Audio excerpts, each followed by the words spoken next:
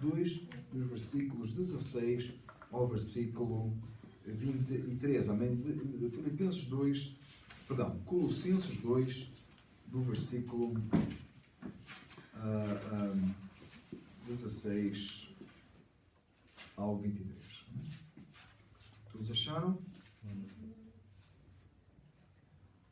Portanto, ninguém vos julgue pelo comer, ou pelo beber, ou por causa dos dias de festa, ou da lua nova, ou dos sábados, que são sombras das coisas futuras, mas o corpo é de Cristo. Ninguém vos domine a seu belo prazer. Com pretexto de humildade e culto dos anjos, metendo-se em coisas que não viu, estando de balde inchado na sua carnal compreensão, e não ligado à cabeça, da qual todo o corpo, por vida organizado pelas juntas e ligaduras, vai crescendo em aumento de Deus. Se, pois, estáis mortos com Cristo, quanto aos rudimentos do mundo, porque vos carregam ainda de ordenanças como se vivesseis no mundo, tais como não toqueis, não proveis, não manuseeis, as quais coisas todas parecem pelo uso, segundo os preceitos e doutrinas dos homens, as quais têm, na verdade, alguma aparente sabedoria, em devoção voluntária, humildade e disciplina do corpo, mas não são de valor algum, senão para a satisfação da carne. Oremos outra vez, Pai, abra o nosso entendimento, pedimos que a Tua graça seja connosco, em nome de Jesus. Amém. Irmãos, entendendo a palavra do Senhor, podemos ficar sentados, entendemos a palavra do Senhor aqui neste texto.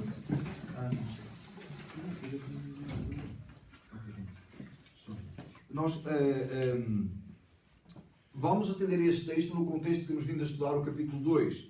E eu vou só voltar aqui rapidamente para lembrar aos irmãos onde é que nós estamos. Tá? No capítulo 2, nós estudamos do versículo 1 ao versículo 3 o combate de Paulo.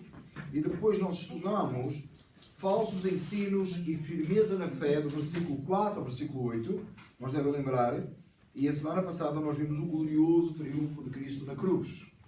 Se você não acompanhou alguma delas, peço que você vá ver atrás na internet, online, no YouTube, para você poder perceber o que estamos a falar hoje. Mas não agora, né, irmãos? Depois quando chegamos a casa. Hoje, seguindo com a ideia dos falsos profetas, falsos ensinos, nós vamos estudar falsos profetas e os seus métodos. Paulo termina o capítulo 2.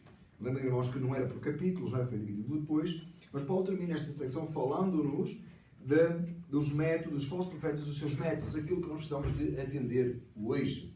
As coisas mudaram nos termos, da forma que chegam até nós, mas existem sempre métodos pelos quais nós podemos identificar um falso profeta, uma heresia. Amém?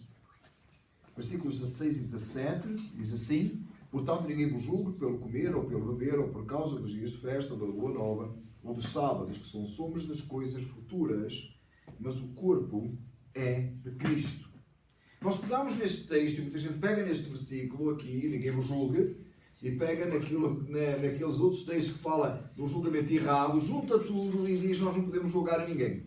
Não é isso que a palavra do Senhor diz. Hoje eu estava a falar com uma pessoa, encontrei uma pessoa que tem assistido a umas conversas sobre o Evangelho desproporcionais. Ok? O que é que eu quero dizer com isto? Pessoas que ficam a discutir o Evangelho, mas em vez de anunciarem o Evangelho, e isto é uma pessoa que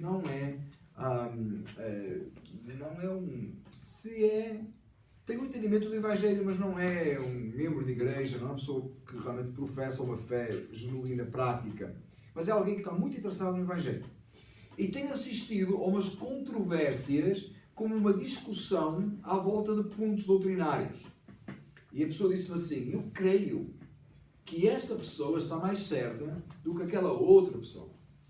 E, na verdade, a pessoa acertou. Como é que a gente responde a uma questão destas? Como é que eu respondo a uma questão destas?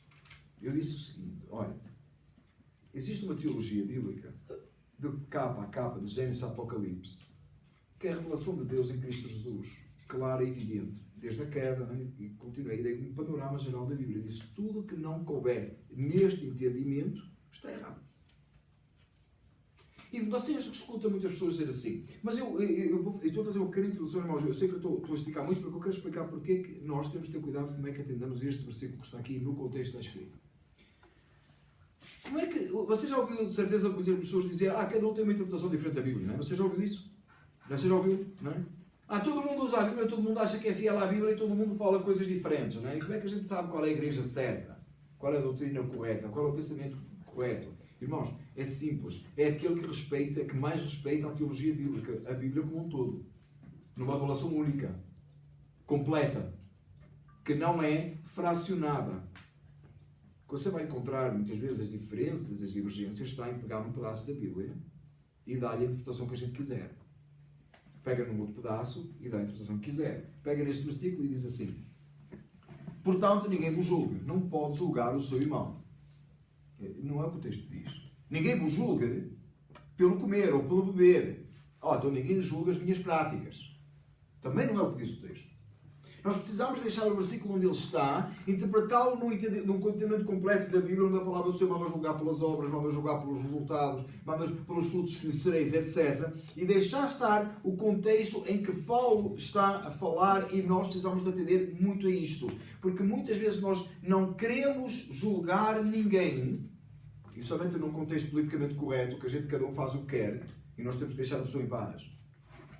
E não julgamos as pessoas pelos princípios bíblicos que defendem e vamos julgar as pessoas em práticas que não são relevantes, que às vezes diferem com a questão cultural, com a idade, com o local onde você está. Exemplo prático disso. Quando você encontra alguém que porventura crê em Cristo Jesus, percebe a salvação pela graça, está firmado no Evangelho, quer viver para a glória de Deus, mas tem uma postura completamente diferente da sua, não entra na sua cabeça. E você está diante daquela pessoa e o que é que você vê? Coisas palpáveis, possíveis de ver, tipo a música que a pessoa toca, a forma como a pessoa se veste, e tenda sempre quando eu falo a pessoa, o método que a pessoa se veste, não questão de modéstia, que a palavra é muito clara e evidente na questão da apresentação da pessoa. A apresentação da pessoa, claramente, irmãos, na Escritura tem os seguintes princípios, desde Gênesis a Apocalipse. A ausência de sensualidade na roupa, a ausência de vaidade, na forma que nós nos vestimos, portanto, postura com postura, um homem se parece com um homem e uma mulher com uma mulher. É só isto. E se você olhar bem, quantas vezes, e não estarei a falar de nós aqui, eu não acho que é tanto, que não acho que é o problema que nós temos aqui assim evidente, mas às vezes tem muita vaidade, não tem, irmãos? As irmãs com muita vaidade, os irmãos com muita vaidade. Tem a gravata de não sei de quem. Agora os homens dão para comparar gravatas. Olha, a minha gravata é de não sei de quem. Mas que marca é a sua gravata, Márcio? Foi só para apontar que ele não tinha gravata hoje. Brincar consigo, não é só brincar. Mas estou só a brincar, né? Estou só a brincar. Irmãos, o que é que. Você fica. Você. Agora, irmãos. É brincando que se diz a verdade. Essa vai, irmãos. Se vocês estão apanhados, pronto, acabou. Irmãos, o nosso. Foi brincar mesmo. Irmãos, o nosso. Enquanto que princípios claros e evidentes de postura, de roupa coberta, um traje honesto, são muitas vezes violados, transgredimos e não atendemos e ficamos a questões pontuais que não são regra. Contudo, alguns há que Paulo aponta como falsos apóstolos, falsos mestres, que pegam nessas práticas e criam um padrão legalista. E você tem que fazer desta maneira, e desta maneira, e desta maneira, e daquela maneira. E se você não faz desta maneira, você está completamente errado. E quem pratica quem faz essas práticas não é um salvo. E controlam a seu bel prazer. Olha o que diz o texto. Ninguém vos julgue por comer ou por beber, ou por causa dos dias de festa, ou da lua nova, ou dos sábados, que são sombras das coisas futuras, mas o corpo é de Cristo. Ninguém vos domina a seu belo prazer com pretexto de humildade e culto dos anjos, metendo-se em coisas que não viu, e estando de balde cheio, inchado, na sua carnal compreensão. O que é que acontece? Com uma falsa humildade, apresentada aparente aos homens, mas não humildade diante de Deus, que a humildade a Deus é daquele, como diz o texto, e não ligado à cabeça, da qual todo o corpo provido e organizado, versículo 19, pelas juntas e ligaduras, vai crescendo em aumento em Deus. Em vez de estar ligado em Deus, ter uma humildade diante do Senhor, mas antes cria uma forma e um contexto para dominar e criar aquilo que as pessoas hão de seguir, através de práticas pontuais, que são realidade aqui, mas não são realidade no outro lado, porque não desrespeitam um princípio bíblico. E os irmãos já ouviram, não é? Corrente de não sei quantos dias. E se você faltar à corrente? Dinheiros, não é? Você vai dar não sei o quê para receber não sei o quê, uma forma de controlar, não é? Você já ouviu corrente de não sei quantos dias? Você não pode quebrar a corrente de oração de não sei onde, não é? Tem que fazer não sei o quê. Todos nós já cometemos coisas assim, irmãos. Todos nós já cometemos coisas assim. Não é? Levantar por exemplo, irmãos, por exemplo, gente que usa e abusa de dízimo, tridízimo, não é? Uma vez eu ouvi que era o tridízimo, não é? Tem que praticar o tridízimo porque Deus é triuno. Não tem nenhum argumento na Escritura. Mas pega no texto, tira o texto, não é? Pega no corpo, alma e espírito, dá jeito, não é? Aí o fulano fica tricotomista, não tem por onde sair, tem que ser tricotomista, porque Deus é trino, o ser humano é tricotomista, o dinheiro tem que ser triplo. E aí fica, né? Subjugando e criando uma distração. Mas o problema disto, nós não é a pessoa que deu o tridízimo, não é a pessoa que se fez a corrente de oração, não é a pessoa que... É que a pessoa que começa a crer nessas práticas como doutrina e conduta e se submete àquele entendimento e não a Deus e à sua palavra como autoridade máxima e fica a julgar aquele que não pratica dessa forma. É isso que o texto nos está a ensinar. O contexto que Paulo está a dizer, aplicável aos nossos dias, é literalmente isto. Cuidado com aquilo que não é Escritura e que nós praticamos, e tem muita coisa que nós fazemos que não é Escritura, right? Que não está escrito nas Escrituras, tem base na Escritura, mas não é exatamente. Onde é que na Escritura diz que você tem que tomar café entre a oração e o culto? Right? Diz na Escritura que tem que tomar café entre a oração e o culto. Não, meus irmãos gostam, não gostam? Agora vamos pegar aqui no café, entre a oração e o culto. Vamos pegar no café entre a oração e o culto. Temos um momento de oração, paramos a oração, terminamos a oração, e vamos tomar café e voltamos para o culto. Em muitas igrejas não se faz isto. Talvez alguém que chegasse aqui era capaz de dizer de uma outra igreja mais conservadora, era capaz de dizer a igreja não é local para tomar café. A gente vai, mas é para o culto. Perdeu 15 minutos a tomar café. É capaz de haver alguém que nos julgasse por isso. A palavra de Deus Jesus para termos comunhão. Já pode ter comunhão sem café? Pode, irmãos, mas é triste demais. Não estou brincando. Você pode fazer comunhão sem café? Pode. Mas tem mal de café? Não tem.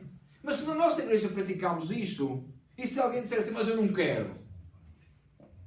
A pessoa está a agir correto com a gente, um membro da nossa igreja. Mas eu não vou participar, não quero participar do café. Não quero tomar café. Não é diferente, não é? Às vezes você não quer tomar café. Não é isso. A pessoa diz, eu não quero participar, não quero juntar com os irmãos. O que é que a pessoa está a quebrar? O princípio da comunhão. Que Deus ordenou que vivêssemos em comunhão, está certo? Não é o princípio do café, é o princípio da comunhão. Uma igreja que diz assim, nós não devemos ter café, tem que criar outro meio que os irmãos se juntem. E eu acho que o café é muito fácil de juntar todo mundo, não é? Eu acho pessoalmente, e percebo que a igreja pelo que nós participamos aqui, se nós começássemos a observar que a igreja deixava de participar ou se desinteressava, a gente ia arranjar outra coisa. Mas eu acho que a igreja se interessa até porque normalmente cada um traz uma coisa, não é? Um traz uma coisa, outro traz outra coisa, e parece-me que há um ambiente agradável de nós termos comunhão e às vezes até pegarmos uns com os outros, não é? Não pegarmos assim muito, mas a gente brinca uns com os outros, não é? Empurra para cá e para lá, e torna-se um ambiente agradável. E as nossas crianças deliciam-se quando há donuts, não é? Ficam contentes, ou quando há qualquer coisa mais doce. E acho que nós temos um bom momento de comunhão que não pode ser julgado, mas também não pode ser porque aquela igreja não tem, significa que eles não têm comunhão. Fiz-me entender? O que é que acontece aqui no que Paulo está a dizer? Alguém chega, impõe esta regra, julga quem não faz e cria um padrão religioso de regras das quais você tem que cumprir. Fui à oração, check. Fui ao café, check. Fui ao culto não sei quantas vezes. Já cumpri todo o meu ritual. O que é isso? Religiosidade. É um conjunto, né? Eu costumava dizer que é um conjunto de regras que no final levava ao inferno. É lógico, porque a pessoa não tem uma experiência com Deus. Muitas vezes, irmãos, então, eu já disse isto aqui várias vezes, e nós precisamos pensar claramente nisso. Às vezes eu estou com irmãos meus em Cristo que têm práticas de culto completamente distintas das nossas, fazem coisas que não sei de onde é que eles tiraram aquilo. E às vezes é questão cultural. Você entra numa igreja dos nossos irmãos reformados Dutch, que tem muitas perto de nós, muitos irmãos que a gente já teve cultos juntos, são desse tipo de igrejas. E, irmãos, o ambiente é sério, né? Parece que eles... eu não queria dizer que parece um funeral, mas já que a irmã Sónia fez, era o que eu tinha em mente, era mesmo que estava na minha cabeça, era o meu pensamento, é uma só cara, não é? Irmãos, literalmente, e a gente fica na dúvida, não é? E você vai a algum, e você fica assim, mas eles querem doutrinar, você vai a igrejas onde o povo é extremamente animado. Dá um glória a Deus, não é? Até quando não entende a mensagem. Eu acho fantástico isso, não é? É tão habitual, é tão automático, nem percebeu a mensagem. Glória a Deus, você perguntar, o que é que eu falei? Não sei, mas é glória a Deus, né? O que falou, não sei. Gostou também. É tudo é glória, né? Só o dia glória, né? É só o dia glória, mas é só da boca para fora, né? Nem sabe o que está a dizer. Tu és aí agora, só o dia glória. Irmãos, não é. Não, irmãos, faz de nenhum irmão mais irmão, menos irmão por causa dessas práticas. Não, eu posso julgar por causa disso. Irmãos, eu pertenci em criança a uma congregação muito pequena na cidade onde eu fui criado. Não na cidade que eu nasci, na cidade que eu fui criado. Chama Barcelos, e uma igreja era muito pequena. E tinha um irmão que morava ali perto, relativamente perto, que congregava numa igreja muito longe. Mas era era o mesmo conjunto de igrejas. Né? Ele congregava na sede das sedes, que tinha a sede e depois a sede das sedes. Imagina como, se você pensar na convenção, você pensa, por exemplo, a História e depois pensa na Flórida, tá? Então ele congregava na Flórida. Aqui a distância é muito maior, mas já era distante. E ele congregava assim, e uma vez veio lá ao culto, né? E dirigiu o culto. E nós éramos assim sossegados, tranquilos. E ele era assim mais do poder, né? E chegou lá e falou assim. É até bom contar esta história, porque às vezes as pessoas pensam que essa é uma questão, e escutem com você com todo o carinho, as pessoas pensam que é uma questão do Brasil, não é uma questão do Brasil não, irmãos. Isto é Portugal com portugueses, tá? E ele disse assim, ele orou lá e disse, Senhor, acorda-os, ó Deus, que eles estão todos mortos. Assim mortos como estávamos, ficámos. Tal e qual. Estávamos mortos para nós próprios e vivos em Cristo. O que ele não entendeu foi isso, ele não conseguiu ver isso. Tal qual do jeito que estávamos, ficou tudo. Só ficou com uma coisa, que todo mundo a murmurar, né? Esse é que foi o problema. Aí ficou todo mundo à espera de apanhar a falha do irmão. E um dia ele falou uma besteira qualquer quanto à esposa e todo mundo foi, olha! Isso é que foi o errado foi este. A parte errada foi esta. Agora, você ia mudar. Mas ele teve muito mal. Mas nós íamos mudar a nossa postura na igreja que nós congregamos. Porque o irmão achava que nós estávamos mortos. Ele continuou a congregar lá longe e nós continuámos ali. Não deixámos de ser irmãos, mas ele falhou. Mas foi pena a reação da igreja. A igreja ficou mesmo de olho no fulano a ver onde é que ele falhava. E ele uma vez falou uma coisa qualquer contra a esposa e todo mundo, pumba, aí está. Coitado velho que diz que se meia ventos. Mas foi errado a posição dele. Irmãos, é este tipo de coisa que nós temos que atender. Mas o que fala o texto é quem usa estas coisas para dominar o povo de Deus e criar uma carga e um peso. E deixe-me dizer uma coisa. E a gente gosta disso. A gente, nós seres humanos, amamos falsos profetas. Especialmente aqueles que nos pregam legalismo. Escuta o que eu vou dizer. A gente ama falsos profetas, especialmente quem prega legalismo. Porque se você tiver uma lista de coisas para você cumprir, você põe na sua mente que se você cumprir aquilo, você está salvo. E é mais fácil cumprir regras de homens do que submeter à vontade de Deus Todo-Poderoso. Porque qualquer um se submete a regras. Você vai trabalhar numa empresa e dão-lhe um chapéu e uma t-shirt, você trabalha 20 anos tudo contente com o chapéu e com a t-shirt. Bom, põe para lavar todos os dias, claro, não é? Mas um montão de tempo, você não incomoda nada. Você cumpre regras facilmente. Nem todas. Eu não estou a dizer que é geral, todas. Mas você alguma vez pensou em conduzir do lado esquerdo da estrada? É regra conduzir do lado direito, não é? Já pensou conduzir do lado esquerdo? Eu acho que o Juliano está a pensar. O Juliano está a pensar. The time has come. Eventually. Ele vai ter que conduzir do lado esquerdo da estrada. Eventually. But that's a totally different story. Então, você pensa, há coisas que você cumpre regras automáticas e você até, né? Há coisas que nós fazemos que até nos faz sentir bons cidadãos. Fazer determinada coisa. Não é? Abrir a porta para alguém. Você faz sentir. Aqui no Jersey não é meio estranho isso, que não muita gente faz isso. Mas abrir a porta para alguém, deixar passar. Você está sentado num local qualquer, chegou uma senhora grávida e você me dá o lugar. Ou seja, é uma questão, não é só uma questão de boa educação, uma questão de gentileza. Tem um pouco de regra nisso e você sente-se bem consigo próprio quando você faz, não sente? Você fica de pé e sente-se bem. Você dá um lugar para alguém. Irmãos, cuidado, que nós somos bem propensos a cumprir regras e ouvir regras. Eu vou ao culto, eu cumpro determinada coisa, eu vou num determinado horário, eu faço tal coisa, eu dou o dízimo, eu faço as minhas orações, eu leio o meu devocional, eu leio a palavra do Senhor, eu faço tudo direitinho. Eu estou perfeito. Ou uma regra nova acrescenta. Tem mais uma coisa, faz. E baseamos às vezes a nossa vida espiritual porque alguém nos incutiu determinadas regras que não têm nada a ver com o relacionamento com Deus. Uma vez eu ouvi uma história de uma esposa de pastor que foi ouvir um pregador e o pregador falou da liberdade que temos em Cristo com relação à graça. Somos salvos e estamos eternamente salvos, então nós devemos desfrutar e nos contentar e alegrar em Cristo. É uma pregação que passou muito aqui. Graças a Deus que a gente ouve muito isto aqui. É uma verdade absoluta. O pregador chegou, a esposa chegou a casa e disse ao marido, e o marido disse, eu sei isso. E ela disse, porquê é que tu não pregas isso? Se eu pregar isso, cada um vai fazer o que quer. Mas, se a liberdade é em Cristo, se a satisfação e o prazer é servir o Senhor, por que não dizer a verdade ao povo em que se alegra? Porque ele ia perder o domínio do povo. Estão a fazer entender, irmãos? Irmão, todo mundo está a entender? E com facilidade nós encontramos gente dominada. Agora você pense fora do cristianismo, quanta gente cumpre regras super estranhas, irmãos. E se submetem a elas e não têm nenhum problema com isso. Pense em coisas assim extremas. Os judeus, eu estava a pensar nos islâmicos, por exemplo. Tem coisas, irmãos, que eles cumprem sem problema. Que eles fazem, regras que são estabelecidas.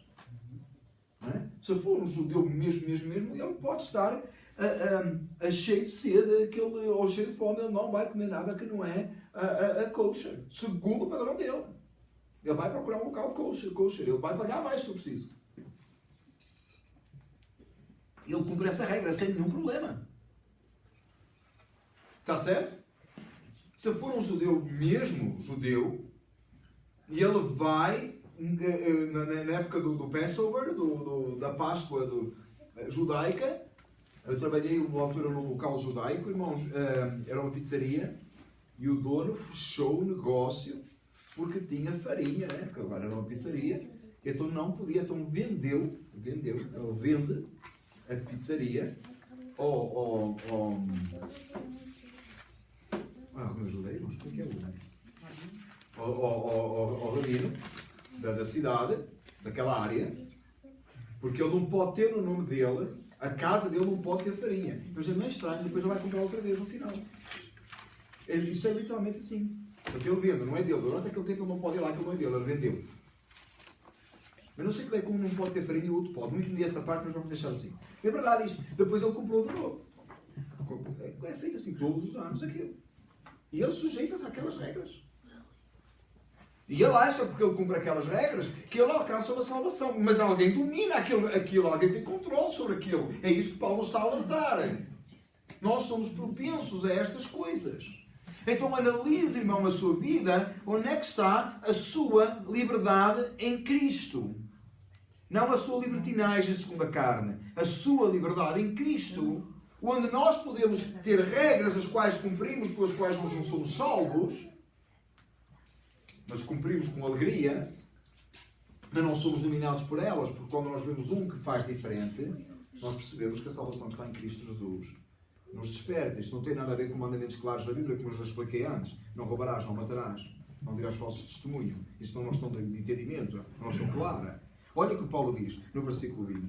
Se depois estáis mortos com Cristo, quanto aos rudimentos do mundo, porque os carregam ainda de ordenanças como se vivessem no mundo. Porque é que você tem que seguir determinadas ordenanças se elas não são exatamente o que a palavra do Senhor nos ensina em princípios? Tais como não toqueis, não proveis, não manuseeis. As quais coisas todas parecem pelo uso segundo os preceitos e doutrinas dos homens. Porque as quais têm, na verdade, alguma aparência de sabedoria. Note, têm alguma aparência de sabedoria. E esse é o problema. Parece certo. Parece que é daquela maneira. Algumas até são questões tiradas da própria Escritura, mas distorcidas. Vamos fazer determinada atividade, temos que fazer determinada coisa, temos que ter um determinado momento. Aparência de sabedoria em devoção voluntária, humildade e em disciplina do corpo, mas não são de valor algum senão para a satisfação da carne. O que é essa satisfação da carne? É um prazer e um contentamento por ter cumprido determinado ritual ou fazer determinada coisa, faz-me sentir bem. Eu vou ao culto ao domingo de manhã, porque eu acho mais crente, se eu for. É por isso que você vai. Eu vou ao culto ao domingo porque a palavra de Deus me obriga a ir ao culto ao domingo e o pastor impôs essa ideia. Não, vou ao culto ao domingo porque é o dia do Senhor e a palavra do Senhor me ensina a eu dedicar aquele dia ao Senhor. Tem que ser de manhã e à tarde. Não, mas dedicamos todo o dia ao Senhor. Tem uma igreja que faz só de manhã? Não, só de manhã. Tem igreja que faz só de tarde? Vai só de tarde. Tem igreja que passa todo o dia na igreja? Passa todo o dia na igreja. Mas não faz de você mais ou menos por causa disso. Irmão, quantas vezes você já falou com pessoas que só têm um culto por semana? E a gente tem vários. Já começou consigo? Você fala com alguém, quantos cultos é a tua igreja? A igreja só tem um culto por semana. A nossa tendência é dizermos assim, mas eles são muito frios, não é? Só tem uma vez por semana. Como é que eles só vão ao culto uma vez por semana? Talvez eles oram mais do que nós. Talvez eles passam mais tempo em comunhão do que nós. Em comunhão uns com os outros. Talvez, não sei.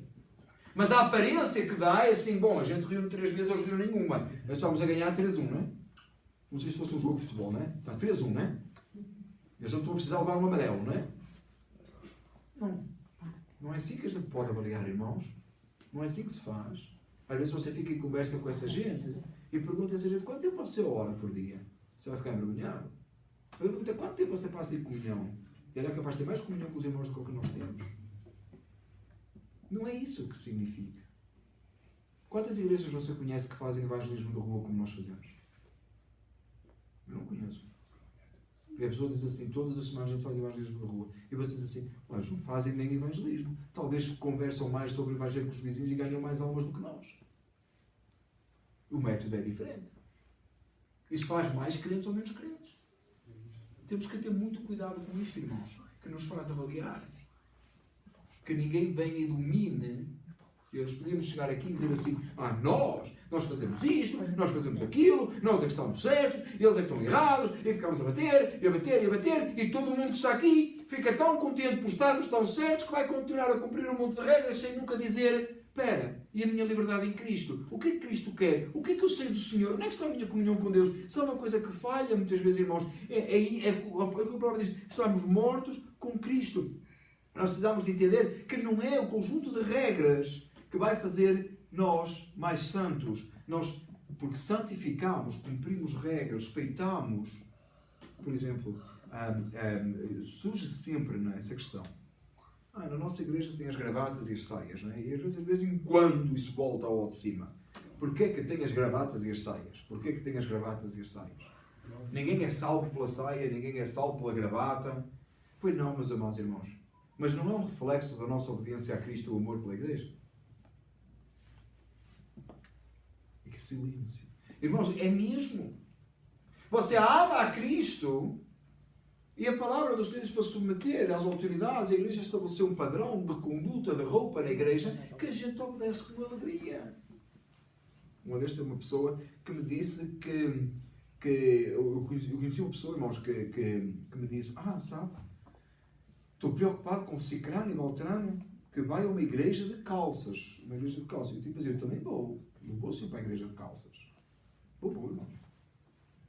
Porque referiu-se meninas, eram umas meninas e uma igreja lá, uma igreja tal de calças. E eu disse assim, mas qual é o problema? E a pessoa disse assim, não, porque a palavra do Senhor diz para o homem, para a mulher não usar calças. E eu fui like, onde? Onde é que a Bíblia diz para a mulher não usar calças? Tem um versículo da Bíblia que diz isso. As calças foram inventadas muito depois do cânon sagrado ter sido fechado. Só era impossível dizer, tá? Não tem. Não, somente no Novo Testamento. Estou a referir-se ao Novo Testamento. E eu disse assim, irmã, será que a irmã está à procura daquele versículo que diz que o homem não vestirá a roupa de mulher, a mulher de homem? E era esse mesmo. Tem vários problemas aí nessa interpretação. Primeiro, roupa de mulher e roupa de homem na época, tanto o homem como a mulher era uma túnica comprida. As cores eram diferentes. Portanto, a túnica do homem era de um jeito e a da mulher era do outro jeito.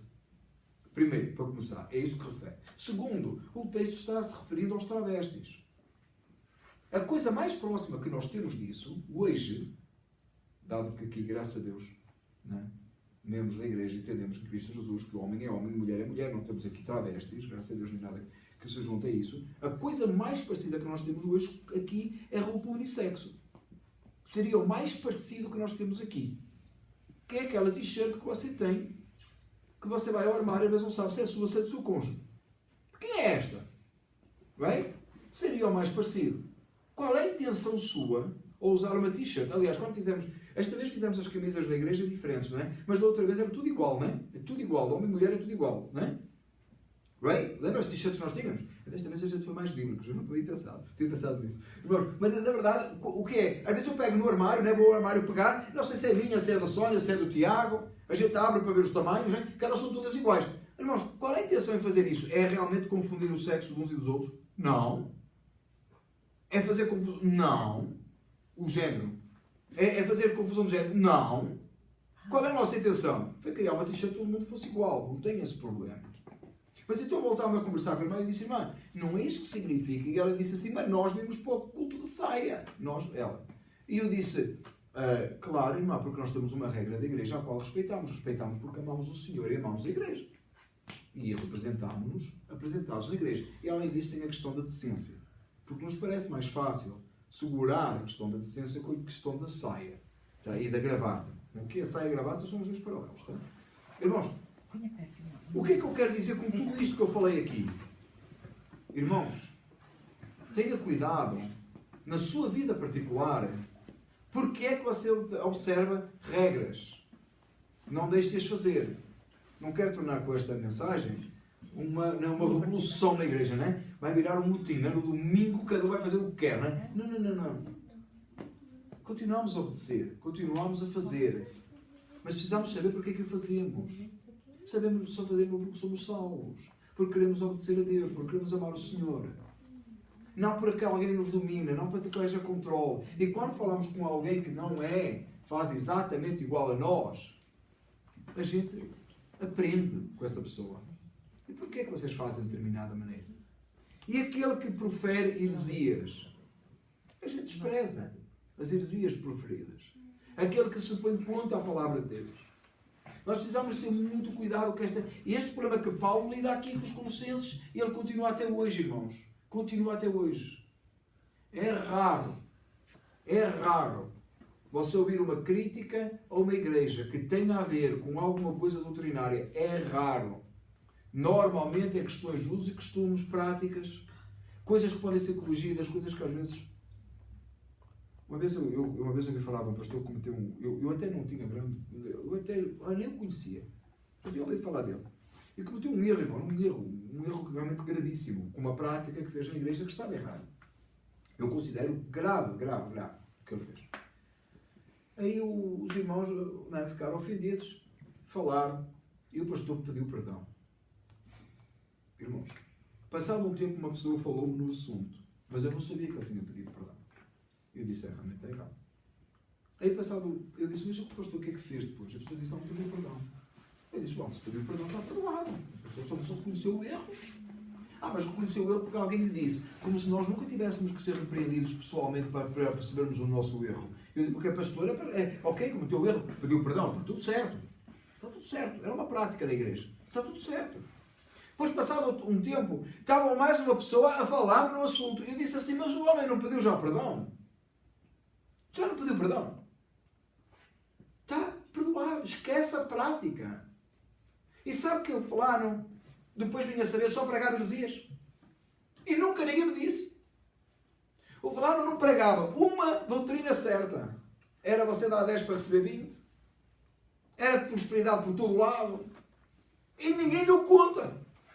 Mas o fulano teve uma prática. Realmente a prática era errada, irmãos. A prática era errada. Eu só não estou a dizer o que é porque alguns irmãos iam saber quem é que eu estou a falar.